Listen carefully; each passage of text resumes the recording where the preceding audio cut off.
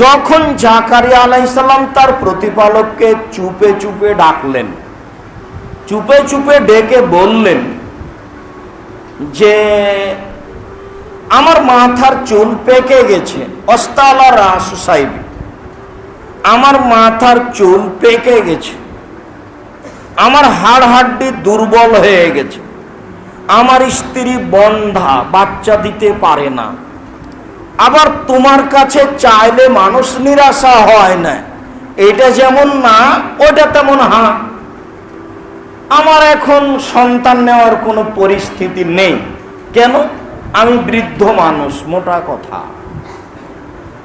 আমার এখন সন্তানের কোনো পথঘাট নেই। কেন? আমার স্ত্রী বন্ধা, বাচ্চা দিতে পারে না, তাহলে বাচ্চা নেওয়ার কোনো পথই নেই। কিন্তু আর একটা এটাও কথা যে তোমার কাছে চাইলে মানুষ নিরাশা হয় না, তো কিভাবে বাচ্চা হবে এটা না ভেবে একটু বলি না, তো বলি তোমাকে, বললাম তোমাকে চুপে চুপে আমাকে একটা সন্তান দাও। তো আল্লাহ বললেন আচ্ছা ঠিক আছে, আমি তোমার কথা মেনে নিলাম, তোমাকে ইয়াহিয়া নামে একটা সন্তান দিলাম। কিভাবে সেইটা ভাববার প্রয়োজন নেই, আমি যা ইচ্ছা তাই করতে পারি। কোন এখন আমি ইচ্ছা করলেই করতে পারি। যখন হৃষ্টপুষ্ট একজন বলিষ্ঠ যুবক মারিয়ামের গোসলখানায় ঢুকে পড়ল, তখন মারিয়াম বললেন ইন্নী আউযু বির-রহমান মিনকা ইন কুনতা তাকিয়া, ইন্না লিল্লাহ, কে তুমি? আমি রহমানের কাছে সাহায্য চাচ্ছি, তুমি যদি পরহেজগার হও। তুমি কেন এখানে? আমি রহমানের কাছে সাহায্য চাচ্ছি। তখন উনি বলছেন ইন্নী রাসূল রাব্বিক, আমি আপনার প্রতিপালকের পক্ষ থেকে প্রতিনিধি এসেছি, আমি মানুষ নই।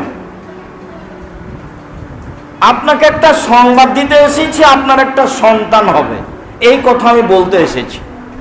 তখন উনি বলছেন আন্নালি গোলাম ওয়ালাম ইয়ামসাসনি বাশার ওয়ালাম আকু বাকিয়া, বলেন কি আপনি? আমার সন্তান কি করে হতে পারে? আমার বিবাহ হয়নি, আমি ব্যভিচারিণী নই। সন্তানের এই দুটাই পথ, হয় বৈধ হতে হবে, না হয় বৈধ হতে হবে। বলেন কি আপনি? আমার গোসলখানায় ঢোকে, আমার বিবাহ হয়নি, আমি অবৈধ কোনো কাজও করিনি, আমার সন্তান কি করে হতে পারে? তখন উনি বলছেন একুল রব্বুক আলাইয়া হাইয়িন, আরে তোমার প্রতিপালক বলেন যে বাপ ছাড়া সন্তান সৃষ্টি করা আমার কাছে একেবারেই স্বাভাবিক ব্যাপার। আমাকে কোনো জিনিস করতে ভাবা লাগে না, আমি বলি কোন এখন হয়ে যায়, এটা আমার ক্ষমতা। ফাআলুল লিমা ইউরিদ, যা ইচ্ছা তাই করেন, ওহু আলা কুল্লি শাইইন কাদির, তিনি সর্বশক্তিমান, যা ইচ্ছা তাই করতে পারেন, তার নাম কাদির। তার একটা গুণবাচক নাম হলো কাদির। পৃথিবীতে কোনো কাজে কোনো সমস্যা নিরাশা হবেন না, সে আকাশে যাওয়া হোক আর পাতালে যাওয়া হোক, সে হাইকোর্টার হোক আর জজ কোর্ট হোক, আর সে রাশিয়া, আমেরিকা, চীন, জাপান, পৃথিবীর যেটাই হোক না কেন, আপনি আল্লাহকে বলেন সহজ হতে পারে, তিনি সব কিছু করতে পারেন। বলো কি তুমি? তোমার প্রতিপালক বলেন সন্তান বাপ ছাড়া দাও আমার কাছে সহজ, আর আমি বাপ মা ছাড়াই করতে পারি, তো আদমকে করেছি। তুমি তো মা আছোই, এটা তো একেবারেই সহজ।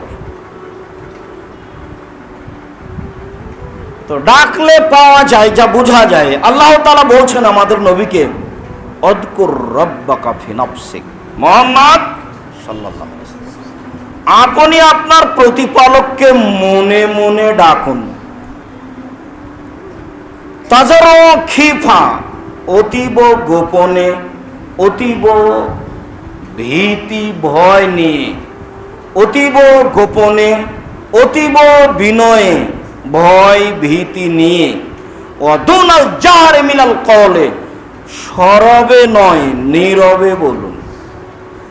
জিকির আজকার সরবে হয় না, যত মসজিদে চিল্লা চিল্লি করে জিকির আজকার হচ্ছে এগুলো সব বেদাত। সরবে নয় নীরবে বলুন, বিল গুদুবে বল আসাল, সকালে বলুন, সন্ধ্যায় বলুন, সূর্য ডোবার আগে বলুন, সূর্য ওঠার পূর্বে বলুন, সূর্য ডোবার পূর্বে বলুন, সূর্য ওঠার পূর্বে বলুন, এই সময়ে আপনি বলুন।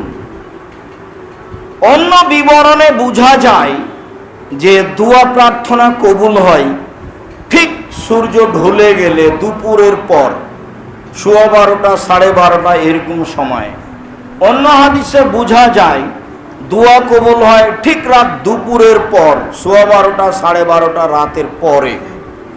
অন্য হাদিসে বোঝা যায় দোয়া কবুল হয় রাত 3 ভাগের 2 ভাগ পার হওয়ার পরে। অন্য হাদিসে বোঝা যায় আজান এবং একামাতের মাঝে আল্লাহকে ডাকলে তা ফেরত দেওয়া হয় না।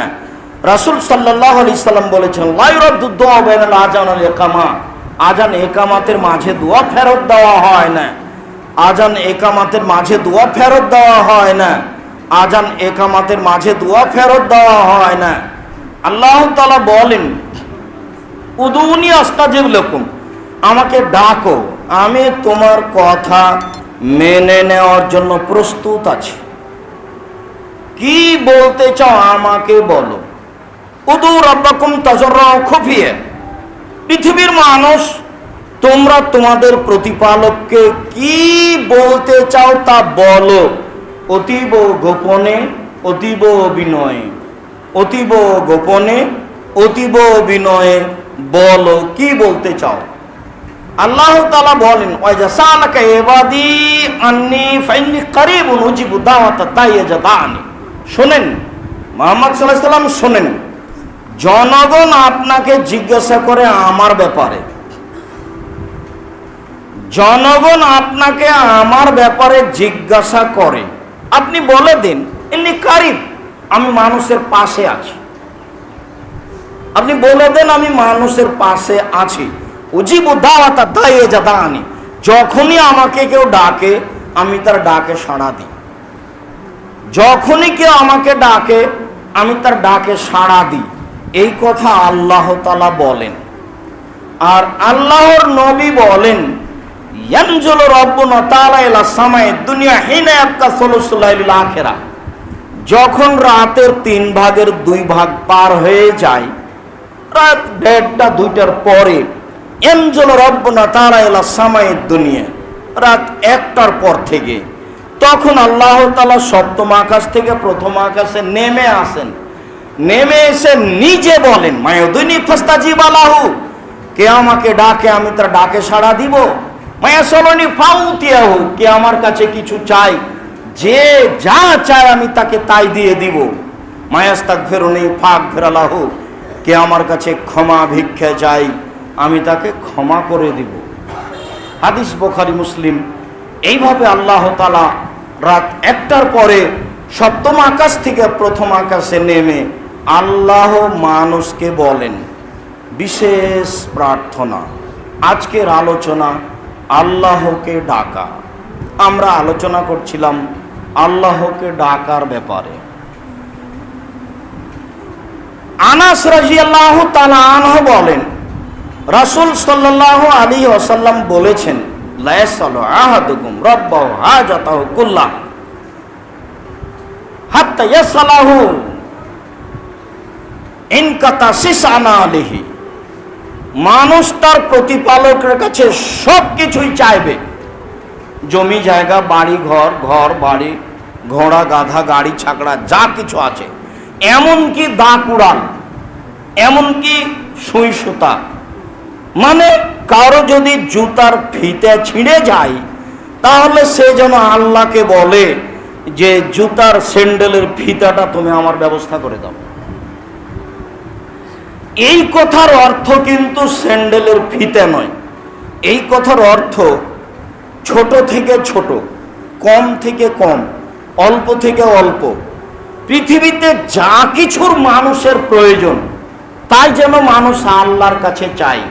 এই কথা রাসূল সাল্লাল্লাহু আলাইহি সাল্লাম বলেন।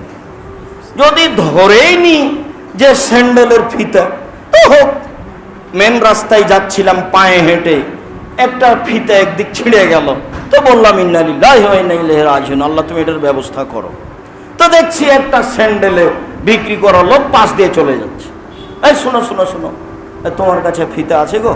হ্যাঁ আছে। তো 2-3 টাকার 5 টাকার জিনিস, এটা তো হতে পারে, এমনটা হতে পারে যদি হুবহু জুতার ফিতা অর্থ নিই, কিন্তু মূলত জুতার ফিতা অর্থ নয়, মূলত সই সোঁতা, দা কুদাল, যা মানুষের স্বাভাবিক আর একটা বাড়ি থেকে নিয়ে আসার প্রয়োজন হয়, অতটা ভরক্ষেপ করা হয় না। এ কথা রাসূল সাল্লাল্লাহু আলাইহি সাল্লাম বলেন। আবু হুরায়রা রাদিয়াল্লাহু তাআলা আনহু বলেন, রাসূল সাল্লাল্লাহু আলাইহি সাল্লাম বলেছেন, লাইসা আকরামু শাইইন আলাল্লাহি মিনাদ দুআয়ে, আল্লাহর কাছে দোয়া প্রার্থনার চেয়ে আর কোনো ভালো জিনিস নেই। মানুষ আল্লাহর কাছে কি করে? হজ করে, ইবাদত। মানুষ আল্লাহর কাছে কি ইবাদত করে জানাই? সালাত আদায় করে। মানুষ আল্লাহর কাছে কি ইবাদত করে জানাই? সিয়াম পালন করে রমজান মাসে। মানুষ কি করে? রমজানের পরে 6টা সিয়াম পালন করে, শাওয়াল মাসের 6টা সিয়াম। কে নাকি বলেছে মাঝে মধ্যে করতে হবে, কে নাকি বলেছে যে যাদের হায়েজ হয়েছে মহিলাদের রমজান মাসে ছুটে যাওয়াগুলো আগে করতে হবে। কত যে ফিতনা! ধারাবাহিক করেন এটাই ঠিক, আর মহিলাদের হায়েজের ঋতুর কারণে যে রমজানের রোজা ছুটে গেছে ওগুলো করার সময় বাকি জীবন মরা পর্যন্ত, বলে মরে গেছে যে গেছি। আল্লাহ রবি অনুমতি দিয়েছেন, তা আপনারও তো চিনতে কেন? আয়েশা রাদিয়াল্লাহু তাআলা আনহা বলেন যে আমার রমজান মাসে হায়েজের কারণে যে রোজা সিয়ামগুলি ছুটে যেত সেগুলো আমি করতাম 10 মাস পরে শাবান মাসে গিয়ে। আমি সাধারণত নফল সিয়াম পালন করতাম না, রাসূল আমাকে কখন কি বলেন আমি এই অপেক্ষায় থাকতাম। তো দেখতাম যে শাবান মাসে বেশি বেশি সিয়াম পালন করেন, তো ওই বেশির ফাঁকে আমি ফরজটা করে নিতাম। আর মহিলা বৈঠকে মহিলা বলেছে যে আগে ফরজটা করো তারপরে সুন্নাত। জি না, শাওয়ালের আগে করেন তারপরে ফরজ। ফরজের জন্য পুরো জীবন বাকি, মরা পর্যন্ত সময় আছে, মরে গেলে গেছে। এরপরে ধারাবাহিক করেন, এটাই উত্তম। ছেড়ে ছেড়ে করলে সমস্যা নেই, করতে হবে এ কথা নয়। আমি আল্লাহর কাছে ইবাদত করি, এটা আল্লাহর কাছে একটা প্রিয় ইবাদত। দান করি, এটা একটা প্রিয় ইবাদত। কিন্তু আল্লাহ রাসূল বলছেন যে লাইসা শাইউন আকরামু ইনদাল্লাহি মিনাদ দুআয়ে, সবচেয়ে প্রিয় হলো তার কাছে চাওয়া। আমাকে একটা কুড়ালের ব্যবস্থা করে দাও না আল্লাহ, এটা তার কাছে খুব প্রিয়। 3 দিন একটা মানুষের কাছে কুড়াল চাতে চান, চাপানে আমাদের ভাষা হলে বলবে যে তোর জন্য কি কিনে রেখেছি যে প্রতিদিন এখানে চাইতে আসিস। আর খুব ভদ্র হলে এইভাবে তো প্রতিদিন দেওয়া যায় না, নিজেরাও ব্যবস্থা করা ভালো। একটা কুড়ালের ব্যবস্থা করিও, আর দিলেই তো কেউ মনে করে দিয়ে যায় না, 2 দিন পরে দেখি আর নেই, কোথায় যে কে যে নিয়ে গেল। দেওয়ার সময় দিয়েছি আর এখন মনে নেই, ভুলে গেছি। স্বাভাবিক, সাধারণত এটা হয়। তো আল্লাহর কাছে সবচেয়ে প্রিয় কাজ হলো তার কাছে চাওয়া। যেমন বলবেন আমাকে একটা কুড়াল দাওয়ের ব্যবস্থা করে দেন, একটা সুই সুতার ব্যবস্থা করে দেন, তখন খুব খুশি। এই কথা আমি বলিনি, এই কথা মুহাম্মদ সাল্লাল্লাহু আলাইহি ওয়াসাল্লাম বলেছেন। যত চাইবেন তত খুশি, যত চাইবেন তত খুশি। মানুষের কাছে যত চাইবেন তত মন খারাপ, যত চাইবেন তত মন খারাপ। একদিন বলবে তোমার জন্য কি ব্যবস্থা করে রেখেছি নাকি? পাশের লোকের বাড়িতে গিয়ে বলা হয়েছে আমাদের অমুকের স্যান্ডেল হারিয়ে গেছে তো পাওনি, তখন লোকটা বলছে তোমাদের স্যান্ডেল কি আমি পাহারা দিয়ে আছি? এটা উত্তর দিয়েছে। মানুষের গতি দেখেন, এটা কিন্তু একেবারেই সত্য কথা, কানের কথা। তো মানুষের কাছে চাইলে, মানুষকে বললে মানুষ বিরক্ত হয়, আর আল্লাহর কাছে চাইলে খুশি হন। মনে রাখতে হবে সবচেয়ে আল্লাহর কাছে প্রিয় কাজ ওর কাছে চাওয়া। আবু হুরায়রা রাদিয়াল্লাহু তাআলা আনহু বলেন, রাসূল সাল্লাল্লাহু আলাইহি সাল্লাম বলেছেন, মান শাররাহু আইয়াস্তাজিবা ইনদা শাদায়েদ ওয়াল কুরাবে, মানুষ যদি চায় যে আমি যখন বিপদে পড়ব তখন যেন আল্লাহ আমার কথাটা মেনে নেয়। মানুষ যদি চায় যে আমি যখন খুব সমস্যার মধ্যে পড়ব, ছেলে আমার জেলে চলে গেছে, ছেলেকে আমার ধরে নিয়েছে, জমি আমার জাল করে নিয়েছে, টাকা আমার মেনে নিয়েছে, বাড়ি আমার দখল করে নিয়েছে, আমি খুব বিপদে, তো এই সময় আমি আল্লাহকে বলছি যে তুমি আমার জমিটা ফিরিয়ে দাও, আমার ছেলেকে ফিরিয়ে দাও, তাহলে যখন আমি ভালো আছি ওই সময়ে বেশি বেশি দোয়া করতে হবে। বুঝাতে না পারলে আবার বলি, খুব বিপদের সময় আপনার কথাটা আল্লাহ কবুল করুক, এটা আপনার চাওয়া নয়, সবারই চাওয়া। তো সবারই যদি এটাই চাওয়া হয়, তাহলে এইটা হলে যখন কোনো প্রয়োজন নাই, খুব ভালো আছে, হাসি আর খুশি, তখন আল্লাহকে বেশি বলতে হবে, তোমার কাছে চাই ইহকালে ও পরকালে নিরাপত্তা। আল্লাহ তুমি ক্ষমাকে ভালোবাসো, আমাকে ক্ষমা করো। রব্বিক ফির ওয়ারহাম ওয়া আনতা খায়রুর রাহিমিন, তুমি আমাকে ক্ষমা করো, তুমি আমার প্রতি দয়া করো, তুমি বড় দয়াশীল, তুমি বড় ক্ষমাশীল। আন্নি মাসানি ইয়াসুরু ওয়া আনতা আরহামুর রাহিমিন, আমি বড় বিপদে, তুমি বড় দয়াবান, আমি বড় বিপদে, তুমি বড় দয়াবান। রব্বি ইন্নী যালামতু নাফসি ফাগফিরলি, হে আমার প্রতিপালক, এক থাপ্পড় দিয়ে একটা মানুষকে আমি হত্যা করেছি, আমি বড় অপরাধী, তুমি আমাকে ক্ষমা করো। তাহলে রাসূল সাল্লাল্লাহু আলাইহি সাল্লাম বললেন যে আমি যদি আমার দোয়া কবুল হওয়া চাই বিপদের দিনে, তাহলে সুদিনে বেশি বেশি দোয়া করতে হবে, বেশি বেশি তাসবিহ তাহলিল জিকির আজকার করতে হবে। সম্মানিত মসজিদের মুসল্লি, দ্বীনি মুসলিম ভাই বোন, আবু হুরায়রা রাদিয়াল্লাহু তাআলা আনহু বলেন, রাসূল সাল্লাল্লাহু আলাইহি ওয়াসাল্লাম বলেছেন, লায়াকুদু কওমুন ইয়াযকুরুল্লাহ, যখন মানুষ কোন জায়গাতে বসে আল্লাহকে ডাকে, যখন কোন মানুষ বসে আল্লাহকে ডাকে, ইল্লা হাফাতুহুল মালায়েকা, ফেরেশতা তাকে সেই জায়গাটাকে ঘিরে নেয়।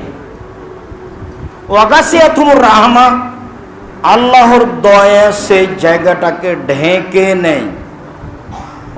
নাজালাত আলাইহিমুস সাকিনা, সেই জায়গার উপরে শান্তি নিরাপত্তা অবতীর্ণ হয়। ওয়াদাকাল্লাহু ফিমান ইনদাহু, আর আল্লাহর কাছে যারা থাকে, জিবরাইল, মিকাইল, ইসরাফিল, দামি দামি ফেরেশতা, তাদেরকে আল্লাহ বলেন, এ দেখো তোমরা তো পাপই করতে পারো না, সুবহানাল্লাহ আলহামদুলিল্লাহ বলো, আর যে পাপ করতে পারে, পাপ না করে বা করে আমার কাছে ক্ষমা চাই, এদেরকে তুমি সৃষ্টি করতে নিষেধ করেছিলে, দেখো আমি বলেছিলাম আমি যা জানি তোমরা তা জানো না, দেখো তারা কিভাবে বলে সুবহানাল্লাহ, কিভাবে বলে আলহামদুলিল্লাহ, কিভাবে বলে আল্লাহু আকবার, কিভাবে বলে লা ইলাহা ইল্লাল্লাহ, কিভাবে বলে সুবহানাল্লাহ ওয়া আলহামদুলিল্লাহ ওয়া লা ইলাহা ইল্লাল্লাহ আল্লাহু আকবার। সম্মানিত মসজিদের মুসল্লি, রাসূল সাল্লাল্লাহু আলাইহি ওয়াসাল্লাম এভাবে জিকির আজকারের কথা বলেন। জাবের রাদিয়াল্লাহু তাআলা আনহু বলেন, রাসূল সাল্লাল্লাহু আলাইহি ওয়াসাল্লাম বলেছেন, আফজালু যিকরি লা ইলাহা ইল্লাল্লাহ, সবচেয়ে উত্তম জিকির হচ্ছে লা ইলাহা ইল্লাল্লাহ। ওয়া আফজালুদ দুআ আলহামদুলিল্লাহ, সবচেয়ে উত্তম দোয়া হলো আলহামদুলিল্লাহ। সুবিধা অসুবিধাই আলহামদুলিল্লাহ। ভাই কেমন আছেন? আলহামদুলিল্লাহ। কি খেলেন? আলহামদুলিল্লাহ আজকে খেয়েছি। কোথায় যাবেন? আলহামদুলিল্লাহ এখানে যাব মনে করছি, আল্লাহর উপরে ভরসা করে বের হয়েছি। সবচেয়ে উত্তম দোয়া হলো আলহামদুলিল্লাহ, হতে তিনি খুব খুশি। আর সবচেয়ে উত্তম জিকির হলো লা ইলাহা ইল্লাল্লাহ। যেহেতু মাঝহাবি ভাইয়েরা জিকির করে লা ইলাহা ইল্লাল্লাহ, জিকির করে লা ইলাহা, জিকির করে ইল্লাল্লাহ, জিকির করে শুধু আল্লাহ, জিকির করে শুধু হু, আবার জোরে জোরে, যার কারণে যারা মাঝহাব মানে না তারা বলছে যে লা ইলাহা ইল্লাল্লাহ নামে জিকিরই করব না। সেটা কি হবে? সেটা হবে না। লা ইলাহা ইল্লাল্লাহ বলে জিকির করতে হবে। আফজালুল যিকরে লা ইলাহা ইল্লাল্লাহ, সবচেয়ে উত্তম জিকির হচ্ছে লা ইলাহা ইল্লাল্লাহ। চুপে চুপে করতে হবে। আপনাদের টাঙ্গাইল এলাঙ্গাই ওই মসজিদে আমি ঢুকেছি, তো ওরা জোরে জিকির করছে, ঢুকেই সালাম দিয়ে খুব জোরে ধমক দিয়েছে, চুপ থাকেন, সলাত আরম্ভ করবো। এখন কিসের জিকির চিল্লাচিল্লি করে? ধর্ম পাগল হয়ে গেছে নাকি? তো একজন বলছে যে আপনি সলাত আদায় করেন, আমরা আপনাকে জানি, চিনি। তো আমাদেরকে জিকির করতে হবে চুপে চুপে। কেন? এই জিকিরটা অতীব গুরুত্বপূর্ণ। আবু হুরায়রা রাদিয়াল্লাহু তাআলা আনহু বলেন, রাসূল সাল্লাল্লাহু আলাইহি সাল্লাম বলেছেন, লাক্কানু মাওতাকুম লা ইলাহা ইল্লাল্লাহ, তোমাদের মমর্ষ ব্যক্তিকে লা ইলাহা ইল্লাল্লাহ বলে দাও, তার পাশে বলো, মরে মরে জান যায় যায়, মরে মরে জান যায় যায়, সেখানে তোমরা বলো লা ইলাহা ইল্লাল্লাহ, বলো সুবহানাল্লাহ, বলো আলহামদুলিল্লাহ, বলো আল্লাহু আকবার, তবে বলো লা ইলাহা ইল্লাল্লাহ। কেন? রাসূল সাল্লাল্লাহু আলাইহি সাল্লাম বলেন, মান কানা আখিরু কালামে লা ইলাহা ইল্লাল্লাহ ফাদাখালাল জান্নাহ, কারো যদি শেষ কালেমা লা ইলাহা ইল্লাল্লাহ হয় তাহলে জান্নাতে চলে গেছে। চোর হোক, চোরটা হোক, গন্ডা হোক, পাপী হোক, সেটা যেই হোক না কেন, মুহাম্মদ সাল্লাল্লাহু আলাইহি সাল্লাম এই কথা বলেছেন, যার শেষ বাক্য হবে লা ইলাহা ইল্লাল্লাহ, সে জান্নাতে চলে গেছে।